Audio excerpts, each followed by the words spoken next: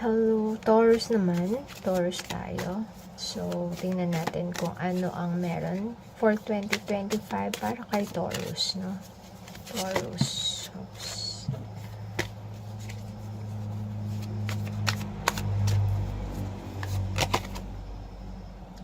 Three of Wands. So, meron kang inaasam-asam na tao. Tingnan natin mamaya kung tao ba yan, bagay, opportunity, pangarap. So, matagal mo na siyang iniintay, okay? So, meron ditong healing. Clarify natin yan mamaya. Lovers.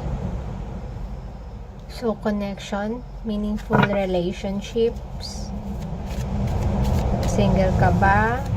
Double? Separated? Okay? Meron moving forward. So, clarify natin yung mga yan.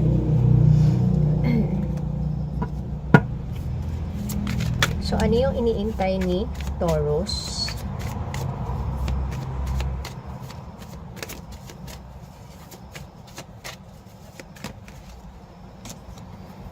Okay. Meron kang gustong i-acquire na asset or maaaring relationship yan. So, may iniintay ka, no? Sobrang tagal mo nang iniintay to. Maaaring ambition to, career. May mga taong humadlang before, may mga taong nanira sa'yo before, may mga taong nakagulo ng isip mo before, no? So, hindi lang siya isa. May mga tao talaga. Okay, healing. 7 of Wands. May taong mga nanakit sa'yo before. Kaya ka nagkakaganyan. Either physically injured ka or nasa healing phase ka na emotionally. Maaaring yung iba physically pero yung iba maaaring emotionally nasaktan kayo, no? Ng mga tao na sobrang close sa inyo na once pinalalakas kayo, sila yung mga kuhanan nyo ng lakas, pero suddenly nag-iba sila, so nasaktan ka ng mga panahon na yon, no? So nasa healing phase ka. Okay,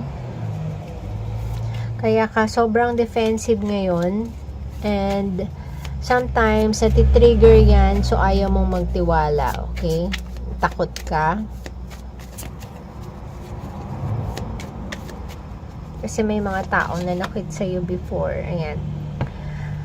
Okay. So, ayaw mo man at sa hindi, etong 2025, sobrang lakas ng appeal mo. This 2025, may maa-attract kang mga tao, maaaring may age difference, no? Maaaring mas bata sa'yo or ikaw ang mas bata.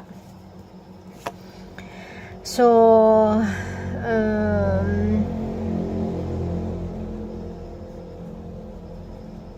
maaaring stable relationship to. Maaaring maaaring bagong relationship to na makakapagpasaya sa'yo, okay? So, kung bibigyan mo ng chance, ayan. Merong magandang relationship na darating sa'yo. Relationship talaga, ayan. Relationship na pwedeng mahantong since nasa legal age ka na.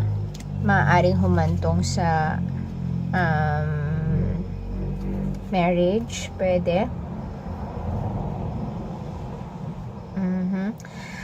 Okay, so ito yung ideal na relationship mo, no? Etong darating sa 2025, ideal relationship mo. makakamit ka ng taong kasing talino mo, kasing pareho mo ng gustong ginagawa, no? So kung maaaring kung nasa sales ka, nasa sales din siya. Maaaring ma-meet mo to same field mo, no? Kung nasa advertising ka, so same na same, no? So maganda yung time para sa inyo. So may tendency na mag-settle down ka sa 2025. Okay. Okay. So may iniintay ka. May iniintay ka dito, and either kung ano yun pinaposes, gustong maposes, maaaring sa nakikita natin dito, relationship yun, no? Para sa iba. Okay. Maaari namang, pwede rin naman tong career or business para sa iba na hinihintay mo na matagal na opportunity, pero makakamit mo to, and then makukuha mo yung gusto mo, yung pinaka-peak ng success na to. Kaya lang may mga kailangan ka iwasan, no? Meron kang may mga parang tukso on the sides. Maaaring pwede naman to yung para mga simpleng nasasobrahan ka sa social media, yung overindulgence mo sa mga bagay-bagay, sa mga pagkain, ayan, na pwedeng makasira ng concentration mo. Pwede rin baka yun yung nagiging cause ng sakit mo, yun, or para maiwasan yung pagkakasakit, kailangan medyo iwas-iwas muna sa mga masasarap, no? Yung mga paborito natin, yan, yung mga nakaka-distract ng ating health, nakaka-distract ng ating, yung may mga iba dyan siguro nagpupuyat, ayan, sobrang puyat, yung mga ganun, sobrang sobrang social media dyan, yun, medyo iwas-iwasan na.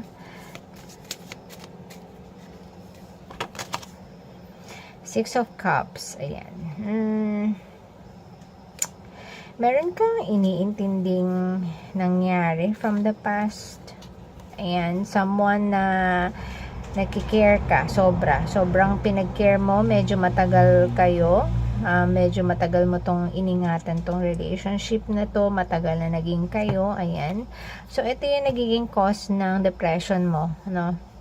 So, ito yung tao na sobrang iningatan mo, and then walang nangyari. So, very disappointed ka, very depressed ka.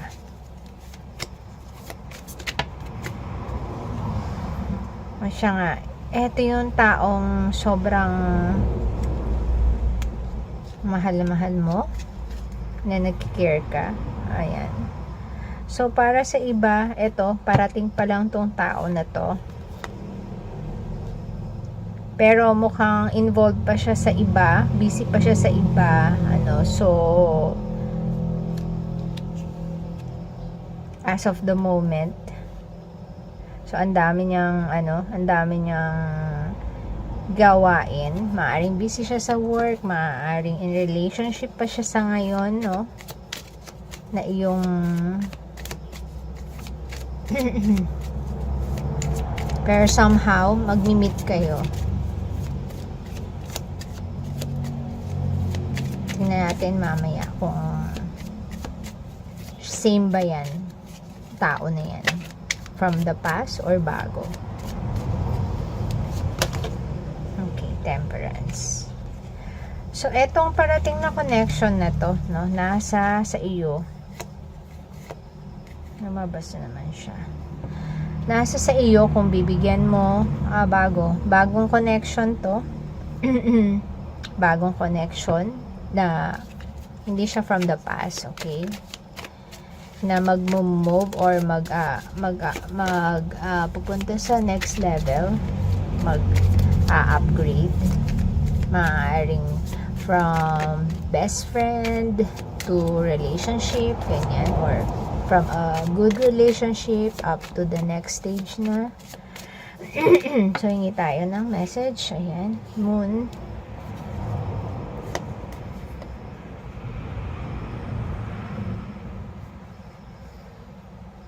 Okay, puro king to. So, maaaring ikaw, meron kang dalawang taong pinagpipilian. Ako, pareho mong gusto. Pareho mo siyang gusto. No?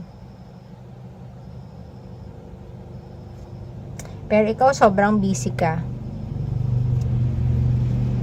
At medyo mysterious ka para sa kanila. So, yung matagal mo na iniintay, yun ang dun ka nagiging masaya.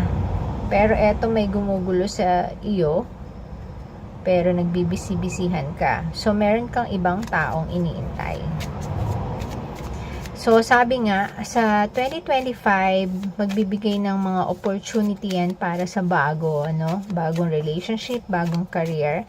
That is kung bibigyan mo ng room para makapasok sila sa buhay mo, and medyo babaan mo muna yung standard mo or ibahan mo muna yung standard mo, not your typical type of guys, girls, kung wag masyadong choosy, malay mo baka ito yung swak talaga sa'yo, hindi yung ideal sa'yo.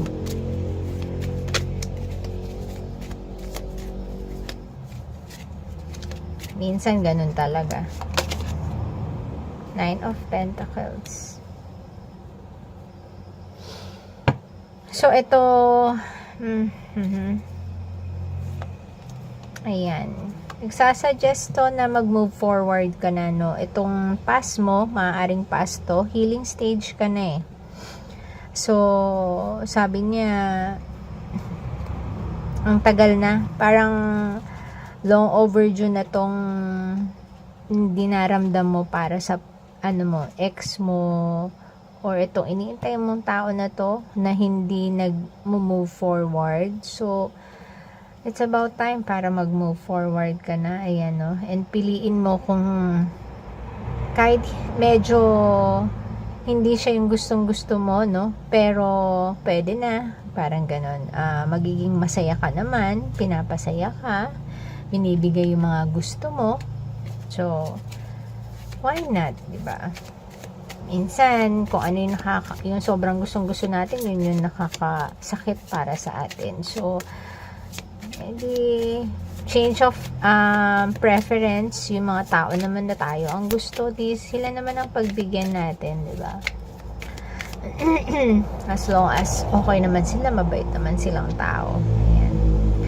See? 9 of Swords. Etong taon to na nag-cause sa'yo ng depression kasi sobrang nagkikare ka dito sa taon to na iniintay mo pero hindi dumarating yung in-expect mo from them. Ayan.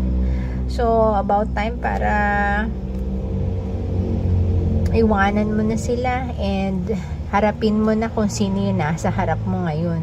Ayan. Para mahinto na yung para makapag-move on ka na. Diba? Mas piliin na lang natin yung nagbibigay sa atin ng importance kaysa yung mga taong hindi tayo binibigyan ng importance. Diba? So, more on love life din si Taurus. Okay, Judgment. Ayan. So, ikaw rin yung makakaalam